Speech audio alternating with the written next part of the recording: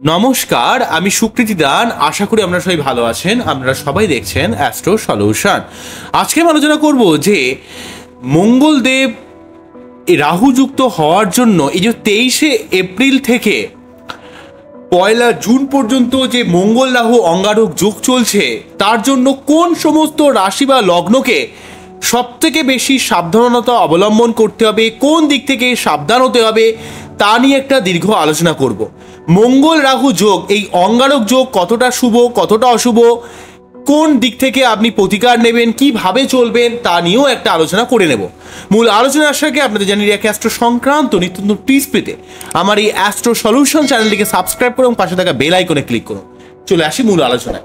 প্রথমেই বলবো, দেখুন, মঙ্গল হচ্ছে সাহস, পরাক্রমতা, লড়াকু মেন্টালিটি, ভূসম্পত্তি, আমাদের জীবনে কিছু করার মতো মেন্টালিটি, আমাদের জীবনে ভাই বোনদের সঙ্গে সম্পর্ক, আমাদের দৈহিক ঊর্জা শক্তি, সেক্সুয়াল পাওয়ার, আপনার জীবনের আত্মবিশ্বাস, আপনার জীবনের ভূসম্পত্তি, এতগুলো জায়গাকে মঙ্গল লিড করে। অন্য দিক থেকে রাহু হচ্ছে আমাদের ডিজায়ারের কারক গ্রহ। রাহুর কোনো অস্তিত্ব থাকে না। রাহু কিন্তু অ্যাকচুয়ালি ছায়া গ্রহ। অস্তিত্ব মানে আমরা কখনো দেখতে পাই না, কিন্তু এটা অস্তিত্বকে আমরা অনুভব করতে পারি, যেহেতু রাহু হচ্ছে ছায়া গ্রহ। তা রাহু যখনই মঙ্গলের সঙ্গে অবস্থান করে, রাহুর মধ্যে একটা অ্যাম্প্লিফাইং ক্ষমতা রয়েছে।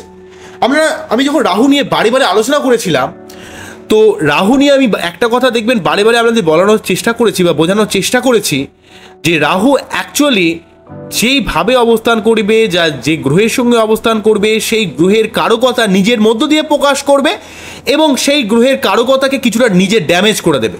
অর্থাৎ ধরুন, আপনি এমন একটা বন্ধুর সঙ্গে রয়েছেন যে আপনার নিজের মতামত প্রকাশের ক্ষমতাটাকে পুরো অফ করে দেবে, কিন্তু তার নিজের মতামতটাকে, অর্থাৎ তার যে মতটা সে নিজে, আমরা ধরুন কোনো ভালো কাজ আপনি করেছেন, সেই কাজটা সে নিজের মধ্যে দিয়ে চালিয়ে দেবে।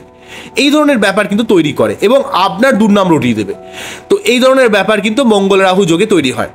তাই অ্যাকচুয়ালি মঙ্গলের মধ্যে যেহেতু রয়েছে হচ্ছে শক্তি, তেজ, রাগ, অ্যাগ্রেশন, মাথা গরমের টেন্ডেন্সি, তা রাহু মঙ্গল যখনই থাকবে মাথা গরমের টেন্ডেন্সি বেড়ে যাবে, মানুষের মধ্যে উগ্রতা বেড়ে যাবে। বিশেষ করে যে সমস্ত লগ্ন বা রাশির ক্ষেত্রে মঙ্গল শুভ গ্রহ, তাদের মধ্যে মাথা গরম করা, রাগ জেদ বেড়ে যাওয়া এবং আর্থসামাজিক ক্ষেত্রে সার্বিকভাবে এই যে মঙ্গল রাহু যোগ সার্বিকভাবে একটা সমাজের উপর প্রভাব বিস্তার করবে। অলরেডি ভোট কিন্তু চলবে এই মঙ্গল রাহু যোগের এই জায়গাটাতে, ঠিক আছে? কারণ এই মঙ্গল রাহু যোগটা সার্বিক অর্থে এই সময় আপনাদের একটা সার্বিক বিষয়ে কিন্তু আর্থসামাজিক ক্ষেত্রে বা রাজনৈতিক বিষয়ে পৃথিবীর সমস্ত বিষয়ের উপর একটা পরিবর্তন কিন্তু করানোর চেষ্টা করবে এবং মানুষের দিকে রাগিয়ে দেওয়া, অস্থিরতা তৈরি করে দেওয়া। বিশেষ করে যে সমস্ত লগ্ন রাশির ক্ষেত্রে মঙ্গল শুভ, তাদের ক্ষেত্রে কিছু না কিছু সমস্যা ক্রিয়েট করে। এবং মঙ্গল রাহু যোগ থাকলে আপনাদের ইলেকট্রনিক্স জিনিস বা ইলেকট্রনিক্স গ্যাজেট করার ব্যাপারে সাবধান থাকতে হবে, ব্যবহার করার ব্যাপারে আপনাকে সাবধান থাকতে হবে। আপনার কোনো রকম আগুন বা বিদ্যুৎ থেকে সাবধান থাকতে হবে, বিশেষ করে যাদের মঙ্গল রাহু যোগ রয়েছে। এবং আপনার কোনো রকম অশান্তি, বাকবিতণ্ডা, পুলিশের সঙ্গে কোনো রকম ঝামেলা, আইনি কোনো রকম সমস্যা, আইনি কোনো রকম পদক্ষেপ নেওয়া, এগুলো কিন্তু আপনার ক্ষেত্রে বিপজ্জনক হতে পারে। বা সম্পত্তি সংক্রান্ত কোনো লিটিগেশনের মধ্যে জড়িয়ে যাওয়া, যতটা সম্ভব এই সময় এগুলোকে এড়িয়ে যাবেন। কেননা মঙ্গল কিন্তু আপনাকে ভুল পদক্ষেপ নিয়ে নেওয়া হবে, কেন মঙ্গল কিন্তু নিজে পীড়িত হয়ে রয়েছে। কিন্তু অ্যাকচুয়ালি রাহু তো দীর্ঘদিন ধরে একটা ঘরে তো অবস্থান করে। মঙ্গল যুক্ত হয়ে যে ভাবটা রাহুর যতটা না নেগেটিভ অবস্থা তৈরি করে, মঙ্গল হয়তো কিছুটা গার্ড দিচ্ছে, তার জন্য ভালো। কিন্তু মঙ্গল নিজে পীড়িত হয়ে যাওয়ার জন্য যে সমস্ত লগ্ন রাশির কথা আমি বলবো, মানুষের কিন্তু ওভারঅলভাবে একটা মাথা গরম করার টেন্ডেন্সি বেড়ে যাবে এবং একটা আর্থসামাজিক ক্ষেত্রে কিন্তু কিছুটা পরিবর্তন আমরা খেয়াল করবেন। সার্বিক দিক থেকে কিন্তু মানুষের মধ্যে একটা হঠকারিতা, গরম বেড়ে যাওয়া, এই ব্যাপারটা কিন্তু কিছুটা মঙ্গল রাহু যোগের জন্য ক্রিয়েট করবে। এবং আগুন, বিদ্যুৎ বা কোথাও অগ্নিসংযোগ হয়ে লেগে যাওয়া, এমন একটা ব্যাপারও কিন্তু তৈরি করতে পারে। বা আপনার যার বাচ্চাটে মঙ্গল রাহু যোগ রয়েছে, তারা ইলেকট্রনিক্স জিনিস ব্যবহার করার ব্যাপারে বা কেনার ব্যাপারে আপনাকে কিন্তু অবশ্যই সাবধানতা অবলম্বন করতে হবে। কোন সমস্ত রাশি বা লগ্নের মানুষের অবশ্যই সাবধান হতে হবে? দেখুন, এই যোগটা কি তৈরি করতে হচ্ছে মীন রাশির ঘরে, কারণ মীন রাশি ঘরে রাহু রয়েছে, সেখানে কিন্তু মঙ্গল থাকছে। মীন রাশি বা লগ্নের ক্ষেত্রে অ্যাকচুয়ালি মীন রাশি বা লগ্নের ক্ষেত্রে মঙ্গল হলো হচ্ছে নবমপতি, তাই নবমপতি এখানে কিন্তু সমস্যার মধ্যে আটকে যাচ্ছে। বোঝা গেল কি বললাম? নবমপতি যেহেতু এখানে রাহুযুক্ত হয়ে যাচ্ছে, তাই আপনাদের মধ্যে মীন রাশি বা লগ্নকে মাথা গরমের ব্যাপারে সাবধান থাকতে হবে, শারীরিক দিক থেকে সাবধান থাকতে হবে, হঠকারিতার ব্যাপারে সাবধান থাকতে হবে। আপনাদের ক্ষেত্রে কিন্তু সুগার প্রেশারে যাদের সমস্যা যাদের বেড়ে যেতে পারে এবং খিটখিটে মেন্টালিটি বেড়ে যেতে পারে, রাগ বেড়ে যেতে পারে, শারীরিক অস্থিরতা বেড়ে যেতে পারে, ঠিক আছে? এই ব্যাপারে একটু সাবধান হবেন।